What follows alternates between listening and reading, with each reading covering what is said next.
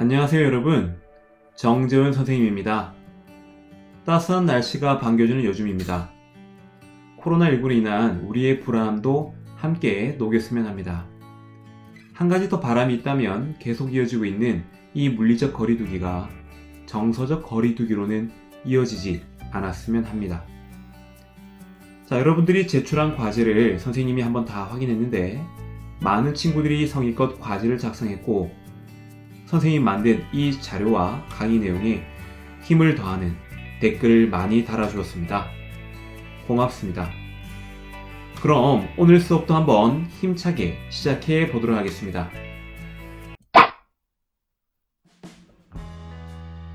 지난 시간까지 김현승 시인의 눈물을 배웠습니다. 여러분들 머릿속에 무엇이 떠오르나요?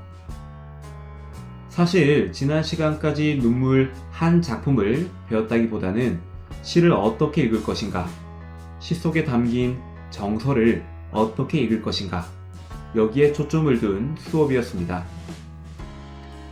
공감적 수용, 이 단어가 기억이 나나요? 맞습니다. 학습 목표였죠. 오늘부터는 소설을 한번 공부해 보겠습니다. 오늘의 학습 키워드는 다음 두 가지입니다. 소설을 어떻게 읽을 것인가, 그리고 소설이 사회문화적 맥락 속에서 우리 사회를 어떻게 그려내고 있는가, 이 두 가지를 한번 살펴보고자 합니다. 자, 시작하겠습니다. 외계인이 우리 지구에 대해 알고 싶어 한다면 구글을 보여줄 것이다. 그러나 우리 인간에 대해 알고 싶어 한다면 유튜브를 보여줄 것이다. 유튜브 최초의 트렌드 매니저인 케빈 알로카의 말입니다. 매체가 발달하면서 나온 이 유튜브 속에는 우리 인간의 욕구, 정서, 생활상 같은 많은 것들이 담겨져 있습니다. 설득력 있는 짧은 메시지네요. 선생님은 이 문구를 이렇게 한번 바꾸어 보고 싶어요. 이 유튜브라는 말 대신에 소설이라는 단어를 넣어보고 싶습니다. 우리 인간에 대해 알고 싶어 한다면 소설을 보여줄 것이다. 소설은 허구의 세계를 그리면서 가장 현실적인 모습을 보여주는 장르입니다. 왜냐하면 동물이 주인공이든 외계인이든 근본적으로 소설은 우리 인간의 이야기를 담고 있기 때문입니다.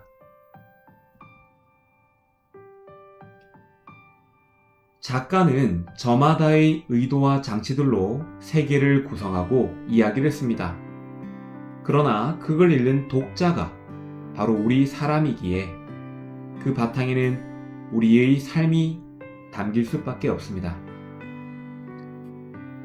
소설 속에는 나 그리고 우리, 사회가 있습니다.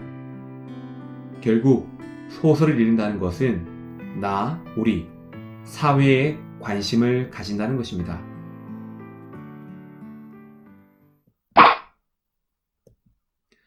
자, 그럼 이 소설을 어떻게 읽어야 잘 읽는 것일까요? 어떻게 읽어야 우리를 더 잘 이해할 수 있을까요? 자, 감상 방법을 살펴보기 위해 다음과 같은 과제가 제시되었네요. 이 소설을 읽고 감상문을 작성하시오. 여러분들은 어릴 때부터 지금까지 생각보다 많은 소설을 읽어왔고 감상문을 써왔습니다. 이러한 과제를 받으면 여러분들은 보통 어떻게 쓰나요?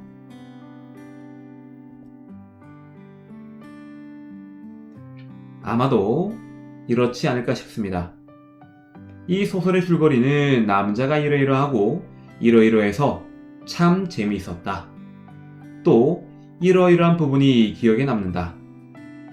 앞으로 나도 바르고 착하고 멋있고 역경을 잘 이겨내는 사람이 되어야겠다.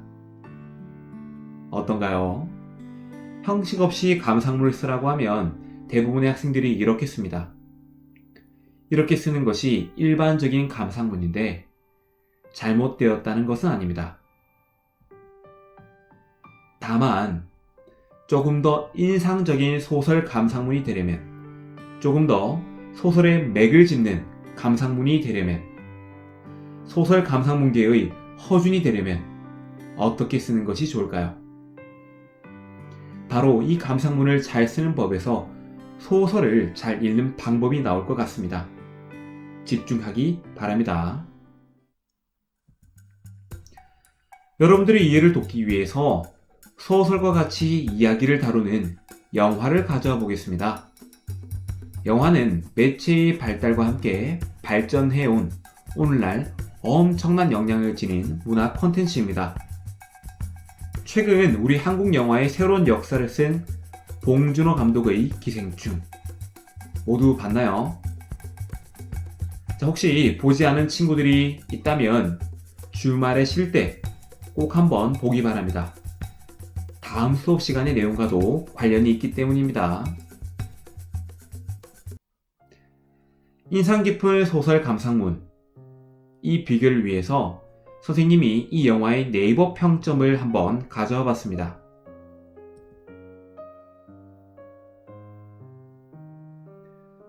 자, 이런 평점 감상평이 가장 많은 좋아요를 받았습니다.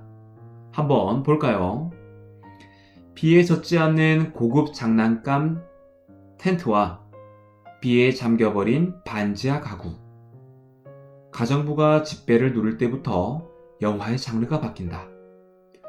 반지하가 제일 아래인 줄 알았다. 그런데 내려가 보니 지하도 있었다. 부터 해서 많이 내용이 있네요. 마지막, 봉준호 감독 특유의 수직 로케이션, 쉬지 않고 터지는 블랙 유머. 영화를 본 친구들은 이 감상평들의 내용들을 보면서 영화의 내용들이 이런 의미였구나 캬 하며 공감하지 않을까 싶습니다. 이 감상평은 무엇을 다루었기에 이렇게도 영화의 핵심을 찌르고 사람들의 좋아요를 그리고 공감을 받았을까요? 잘 분석해보면 공교롭게도 소설의 3요소, 주제, 구성, 문체와 관련 지을 수 있습니다. 우리 사회의 축소판, 우리 사회와 닮아있다. 작가가 말하고자 하는 바인 주제와 관련된 내용입니다. 두 번째 구성은 주제를 드러내기 위해서 작가가 마련한 설정과 장치입니다. 이 구성은 다시 이렇게 인물, 사건, 배경 세 가지로 이루어져 있습니다. 이 세 가지를 구성의 3요소라고 합니다. 이 세 가지가 잘 어우러져서 주제를 만들어갑니다. 이 내용들은 뒤에 조금 더 자세히 알아보고 마지막 문체는 작가의 개성이 드러나는 작가 특유의 글쓰기 방식입니다. 표현이라든지 문장 구성 방식이라든지 문장의 길이 등인데 여기 감상평에서는 마지막 봉준호 감독의 촬영 방식이 여기에 해당되겠네요. 이 요소들을 잘 활용하면 좋아요, 공감을 가장 많이 받는 평점, 그리고 인상적인 소설 감상문이 될 수 있다는 이야기입니다.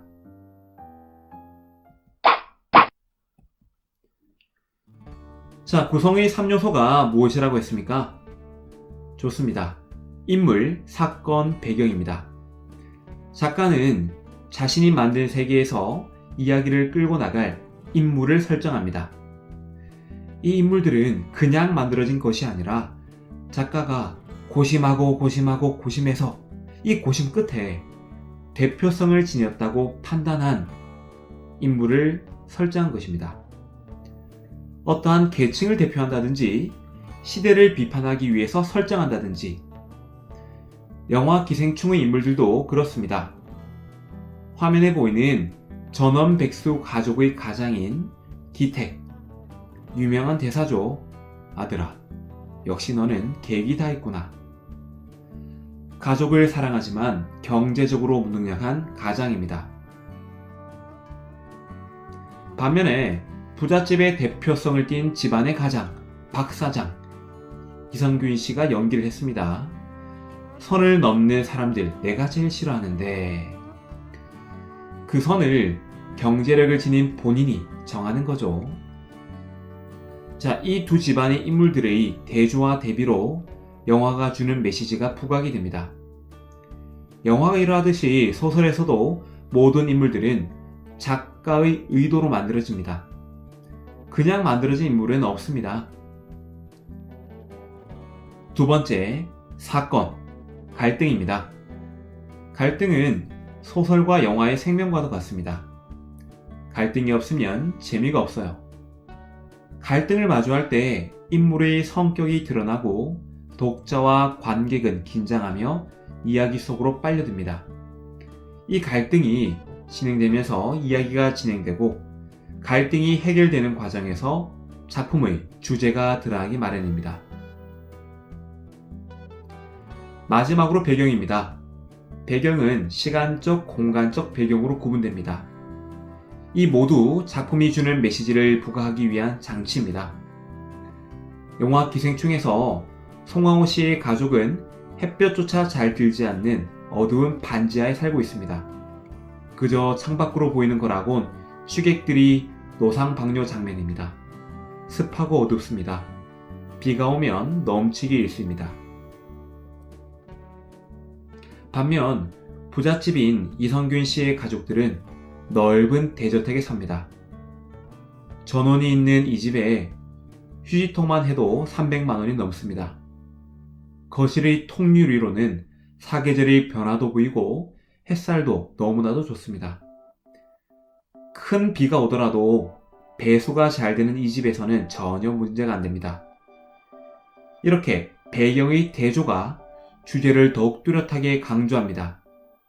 배경은 우리를 설득합니다.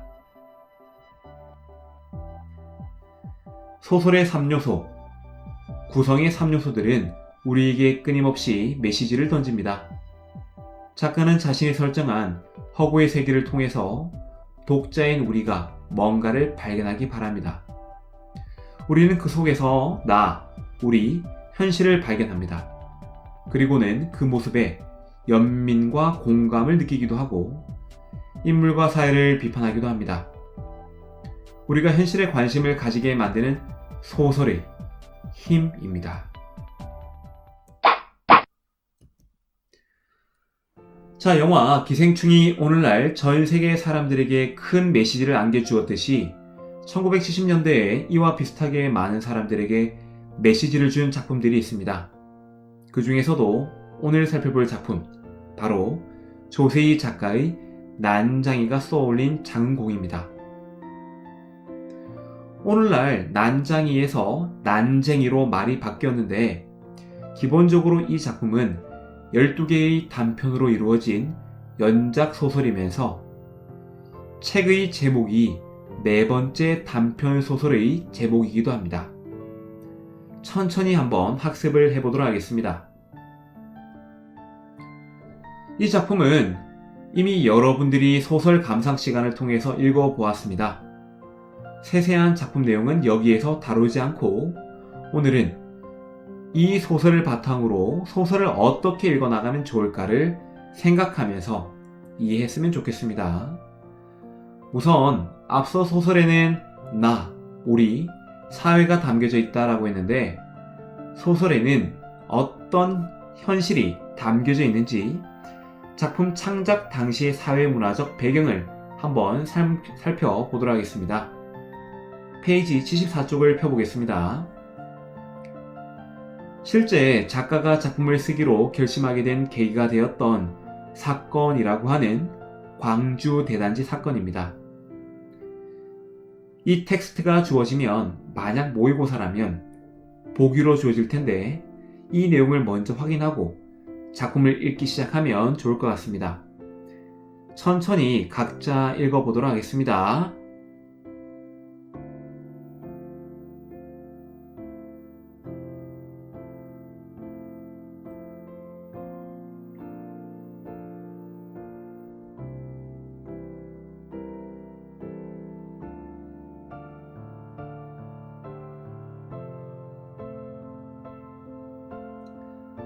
자, 다 읽었나요?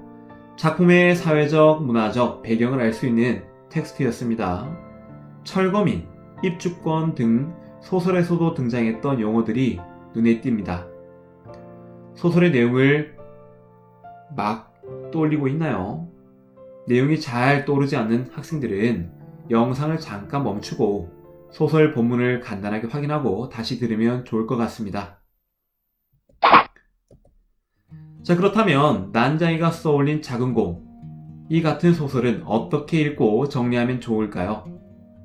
선생님이 제시하는 소설 감상법입니다.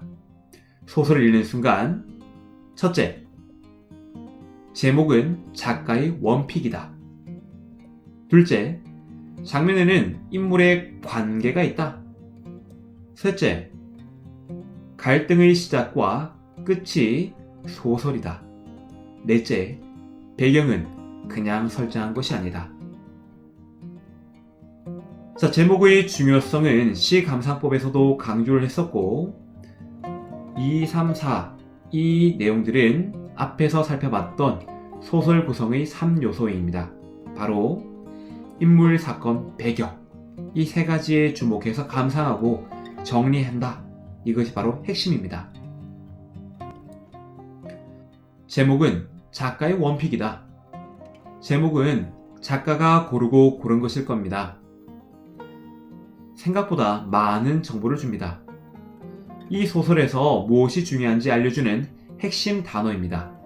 예를 들어서 미스터 방, 껍빛단 리 같은 소설에서는 인물이 드러나는 제목이 이 소설은 인물이 중요하다 라는 것을 보여주는 것이고, 김순옥 작가의 서울 1964년 겨울에서는 제목에서 배경이 드러나죠.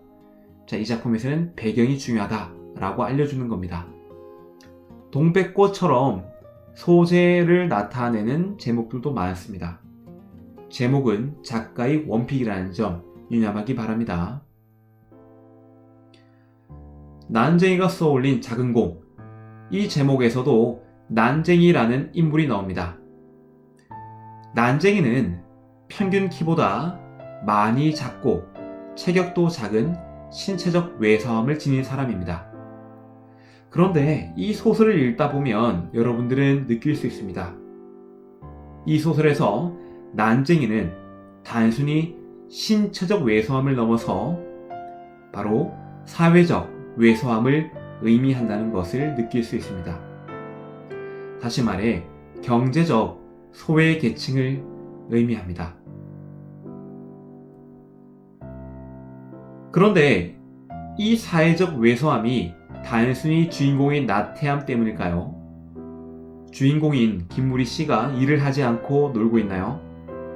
그렇지 않습니다. 열심히 일을 하고 있습니다.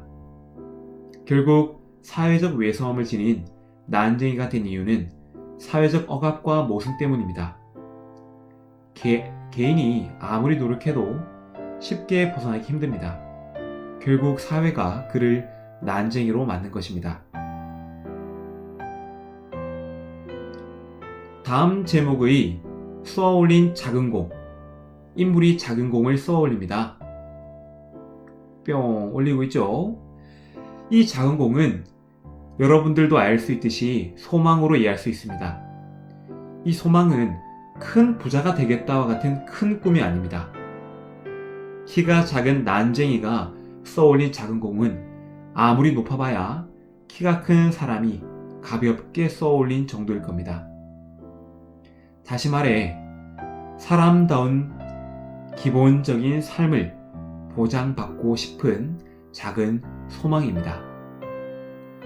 그런데 여러분, 쏘아올린 공은 어떻게 되나요? 네, 맞습니다. 언젠가는 이렇게 떨어지고 마는, 결국 쉽게 이루어질 수 없기도 하는 그런 비극성까지 내포하는 제목이 아닌가 합니다. 이 모든 것을 작가가 고려했든 안 했든 선생님은 이 소설을 이해할 때 이렇게 제목으로 이해해 보았습니다. 여러분들도 소설을 읽고는 제목의 의미와 연결지어서 생각해보는 습관을 가지면 어떨까 합니다. 둘째, 장면에는 인물의 관계가 있다. 소설의 인물이 나오면 동그라미, 세모 등으로 꼭 체크해주기 바랍니다. 의도 없는 인물은 없다고 했었죠. 그 인물들의 대화 장면이나 공간의 이동에 따른 인물의 행동 변화, 그리고 인물의 관계 변화에 민감하게 반응하며 읽어야 합니다. 난소공에서도 장면마다 인물의 관계를 알 수 있는 부분들이 등장합니다.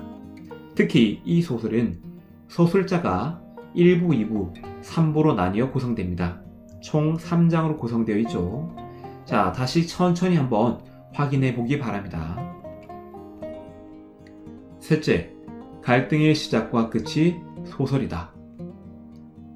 소설은 갈등이 시작되면서 인물의 관계가 나타나기도 하고 갈등이 해결되면서 주제가 나타나기도 합니다. 갈등이 어떻게 진행되는지 그 양상을 꼭 살펴봐야 합니다. 난소공에서도 갈등의 원인이 무엇인지, 갈등이 어떻게 심화되는지, 결말은 어떻게 되는지 체크를 다시 한번 해보기 바랍니다. 넷째, 배경은 그냥 설정한 것이 아니다. 배경은 작가가 선정하고 선정한 장치입니다. 어떤 작품에서는 이 배경이 주제를 암시하기도 합니다. 난소공의 배경은 어디죠? 그렇죠. 시간적 배경은 1970년대이고 공간적 배경으로 등장한 곳은 맞습니다. 바로 그곳입니다. 여러분들이 체크해서 학습활동에 답을 해주기 바랍니다. 자, 어떻습니까? 쉼없이 빠르게 한번 달려봤는데 소설에 담긴 우리의 삶을 이해하는 것이 쉽지 않습니다. 그렇지만 이렇게 소설을 단순히 만들어진 이야기로 생각하지 말고 우리의 이야기로 관심을 가진다면 나와 우리가 살아가는 이 세상이 더 나아지지 않을까 합니다. 선생님의 이야기를 듣느라 오늘 고생이 많았습니다. 선생님이 제시한 학습활동 잘 한번 풀어보고 잘 제출하기 바랍니다. 자, 우리 학생 모두 오늘도 파이팅입니다.